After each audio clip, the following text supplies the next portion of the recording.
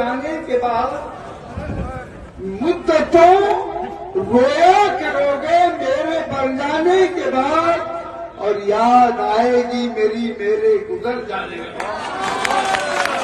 हमारी बर्बादियों पर मुस्कुराओ ना चमन वालों, गुजरनी एक दिन सर से तुम्हारे भी क़यामत है। मुद्दतों याद करोगे मुझे मर जाने के बाद, मुद्दतों याद करोगे मुझे मर जाने के बाद, याद आया करेगी मेरी गुजर जाने के बाद। ये डॉक्टर शफीकुर रहमान साहब का एक शेर था जो उन्होंने एक प्रोग्राम में बोला था।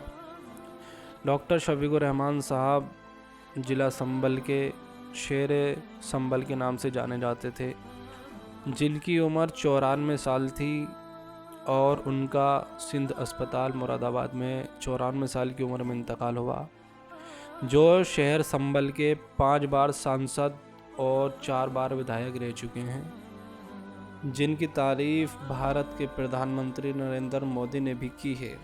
और उनके ऊपर केबीसी में अमिताभ बच्चन ने एक सवाल भी पूछा था।